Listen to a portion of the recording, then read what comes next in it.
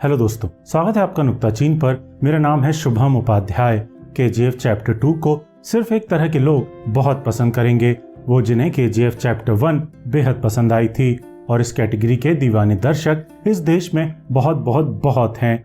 अगर आप उन लोगों में से एक हैं जिन्हें केजीएफ 1 अच्छी जरूर लगी थी, लेकिन उसकी कमियां भी बेहद साफ साफ नजर आई थी, तो केजीएफ 2 में भी आपको कमियां कई मिलेंगी। और हो सकता है कि आपको इस फिल्म के इर्द गिर्द जो हाइप, जो पागलपन नजर आ रहा है, वो बिल्कुल भी समझ ना आए। लेकिन कभी कभी सिनेमा एक शऊर की कहानी को पर्दे पर अनुभव करने से ज्यादा एक विजुअल एक्सपीरियंस बन जाता है, जिसे दर्शकों का रेला सिर्फ और सिर्फ सेलिब्रेट करना चाहता है। केजीएफ 2 ऐसी ही फिल्म है जिसे पूरी तरह भरे हुए सिनेमा हॉल में देखने का आनंद ही अलग है। जब फिल्म के लिए आधा बैकग्राउंड स्कोर तो थिएटर में मौजूद दर्शक ही क्रिएट कर देते हैं, अपनी सीटियों और तालियों की गड़गड़ाहट से। एक बात और, इस भारतीय फिल्म के मिड क्रेडिट सीन पर जिस तरह थिएटरों में दर्शक अभी बावले हो रहे हैं, वो मैंने तो अपनी जिंदगी में सिर्फ 1000 करोड़ से ऊपर में बनने वाली विदेशी मार्वल फिल्मों के मिड और एंड क्रेडिट सीन्स में ही देखा है। खाली ये बात समझाने के लिए काफी है कि केजीएफ फ्रेंचाइजी केवल सिनेमा नहीं, दर्शकों के लिए एक सेलिब्रेशन, एक इमोशन बन चुकी है। और आप इस सेलिब्रेशन, इस इमोशन का हिस्सा तभी बन सकते हैं जब इस over the top larger than life franchise के क्रिएट किए हुए एंटी ग्रेविटी दुनिया में यकीन कर सकें। ये सिनेमा इसी अप्रोच के साथ ही एंजॉय किया जा सकता है। केजीएफ 2 की कहानी वहीं से शुरू होती है जहां पिछली फिल्म में रॉकी द्वारा गरुड़ा को मारकर खत्म हुई थी। अब रॉकी केजीएफ का मालिक है और अपनी महत्वाकांक्षाओं के लिए बाकी दुनिया भी जीतना चाहता है। उसके रास्ते में कई दुश्मन आते हैं, लेकिन सबसे ताकतवर दुश्मन साबित होते हैं हिंदुस्तान की पीएम रमिका सेन और केजीएफ का पुराना रखवाला अधीरा। फिल्म का लंबा चौड़ा क्लाइमैक्स इन्हीं दोनों रुकावटों से लड़ते हुए रॉकी को दिखाता है और काफी प्रभावी साबित होता है। फिल्म में कई सारे हैरतअंगेज सेट पीसेस हैं जो केजीएफ 1 की ही तरह प्रभावी हैं और स्टाइल और स्लो मोशन का समागम करके रोमांचित कर देने वाले एक्शन सीक्वेंसेस हमारी नजर करते हैं। खासकर अधीरा और रॉकी की आखिरी फाइट और उससे पहले खदानों में ही होने वाली चाकू हंसिए बंदूक वाली जमीनी फाइट। हालांकि फिल्म के ऐसे एक्शन सीक्वेंसेस में अभी भी जॉर्ज मिलर की मैड मैक्स फ्यूरी रोड का प्रभाव साफ दिखता है। बाहुबली जैसा होने की उत्कंठा साफ नजर आती है। फिल्म के कुछ विजुअल्स मुझे सिन सिटी की भी याद दिला जाते हैं और संजय दत्त के किरदार अधीरा को, जो रहता तो कर्नाटक में है, उसे स्कैंडिनेविया के वाइकिंग्स की तरह दिखा दिया गया है और लुक भी वाइकिंग्स नाम की सीरीज के किरदारों वाला दिया गया है। लेकिन इन तमाम विदेशी इन्फ्लुएंसेस के बावजूद निर्देशक प्रशांत नील जिस अंदाज में उन्हें अपने देसी सिनेमा का हिस्सा बनाते हैं, वो काबिले तारीफ बात है। केजीएफ 1 में भी मैड मैक्स फ्यूरी रोड से प्रभावित होने के बावजूद उन्होंने जिस तरह खदान वाली दुनिया को रचा था, उस कल्पनाशीलता और लार्जर देन लाइफ मेलोड्रामा और धांसू एक्शन ने ही केजीएफ 1 को खास बनाया था।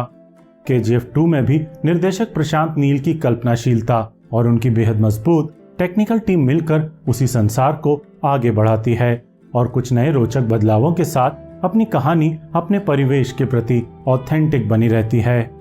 इस फिल्म का बैकग्राउंड स्कोर वैसे तो बहुत लाउड है और अगर दूसरी फिल्मों में होता तो सच में सर दर्द कर देता, लेकिन जिस तरह की ये ओवर द टॉप एंटरटेनर है, उसमें रवि बसरूर का ये लाउड स्कोर इमोशंस और सीन्स को और ज्यादा प्रभावी बनाने में बेहद मददगार सिद्ध होता है। और सिनेमेटोग्राफी, कलर ग्रेडिंग तथा एडिटिंग की तरह ही इस फिल्म का एक और मजबूत तकनीकी पक्ष साबित होता है। अभिनय के मामले में सिर्फ एक अभिनेत्री को बेहतर काम करने का मौका मिला है, वो है रवीना टंडन, जो तानाशाह प्रधानमंत्री बनी हैं और रॉकी से अथाह नफरत करती हैं। रवीना टंडन इस दमदार रोल को थोड़ा सटल होकर और बेहतर प्ले कर सकती थी, लेकिन फिर भी उनकी स्क्रीन प्रेजेंस प्रभावी तो रहती ही है।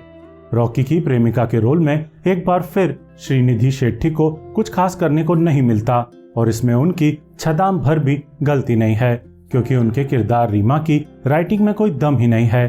और रॉकी जहां पहली फिल्म में उसे वक्त बेवक्त परेशान करता था, वहीं इस फिल्म में सीधे अपने महल में उठा लाता है अपने एंटरटेनमेंट के लिए।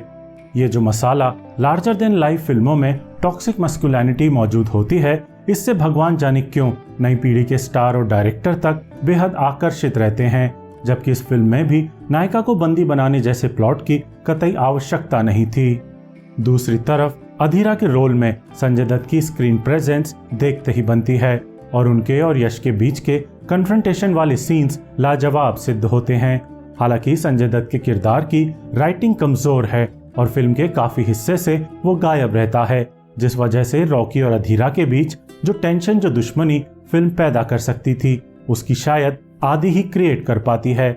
यही वजह है कि रॉकी को जमकर टक्कर दे सकने वाला खौफनाक और क्रूर विलेन रचने के बावजूद KGF 2 संजय दत्त से उस स्तर का अभिनय नहीं निकलवा पाती जो उन्होंने 2012 में आई अग्निपथ में कांचा चीना बनकर किया था। आखिर में बात यश की, जिनके लार्जर देन लाइफ अभिनय के तो क्या ही कहने। अमिताभ बच्चन की दीवार और काला पत्थर जैसी फिल्मों से प्रभावित होकर बनाए गए अपने किरदार रॉकी को उन्होंने जो स्वैग और स्टाइल दी है, उसने ही इस मसाला फिल्म को करोड़ों दर्शकों से कनेक्ट किया है। जब स्टाइल, स्वैग और संवाद, अदायगी ही अभिनय बन जाता है तो कई बार खराब गुणवत्ता वाली फिल्में भी सुपरहिट हो जाती हैं। लेकिन KGF और यश का साथ आना गुणवत्ता वाली मसाला फिल्म हमारी नजर करता है, क्योंकि अभिनेता उस किरदार को जीने लगता है और किरदार और एक्टर के बीच फर्क करना हमारे लिए नामुमकिन सा हो जाता है। मेरी तरफ से यश की चमत्कारी स्क्रीन प्रेजेंस की वजह से भी बुलंदी तक पहुंची KGF 2 को 3.5 स्टार। ये एक वर्दी सीक्वल है और बिना ज्यादा दिमाग लगाए थिएटर जाकर एंजॉय करने वाला मसाला सिनेमा है। चलते चलते बहुत थोड़ी सी बात फिल्म की कुछ कमियों की, जो इस वर्दी सीक्वल की चमक कई जगह फीकी करती है। एक तो इसकी कहानी बेहद साधारण है और ट्रेडिशनल स्क्रीन प्ले भी कई जगह इतना लचर हो जाता है कि उस वक्त फिल्म सिर्फ और सिर्फ आने वाले नयनाभिराम एक्शन सेट पीसेस के ही भरोसे हो जाती है। फिर माँ बेटे का रिश्ता भी काफी विचित्रता ओढ़े है। आखिर कौन सी माँ चाहेगी कि उसका बेटा लालची बने और ताकत, सोना हासिल करने के लिए कत्लेआम मचाता फिरे। KGF शुरू से ही माँ को दी ऐसी कसम को ग्लोरीफाई करती है और दूसरे भाग में भी ये प्रॉब्लमेटिक चित्रण जारी रहता है। प्रधानमंत्री का चित्रण भी वास्तविकता की जमीन पर बेहद हास्यास्पद है और रॉकी का सीधे PM के ऑफिस में घुस जाना और संसद में फायरिंग करते हुए एंटर हो जाना अतिशयोक्ति की सारी हदें पार कर लेता है। एक जगह वो एक पुलिस स्टेशन पर हजारों गोलियां बरसा देता है क्योंकि उसका एक सोने का बिस्कुट पुलिस वाले ले गए थे। ऐसी लंबी लंबी फेंकने की वजह से ही ये फिल्म कमजोर होती है, क्योंकि इस तरह की घटनाओं में रॉकी को रोकने वाला कोई नहीं होता और सभी जैसे रॉकी की प्रेजेंस से ही अभिभूत नजर आते हैं। अपने नायक को महानायक दिखाना कोई गलत बात नहीं है, लेकिन महानायकत्व की भी कोई तो लॉजिकल सीमा होती होगी, जिसे यश जैसे हीरो को भी पार नहीं करना चाहिए। रिव्यू पसंद आया हो तो इसे लाइक और शेयर जरूर कीजिएगा और चैनल को सब्सक्राइब करना भी कदापि भूलिएगा मत। धन्यवाद।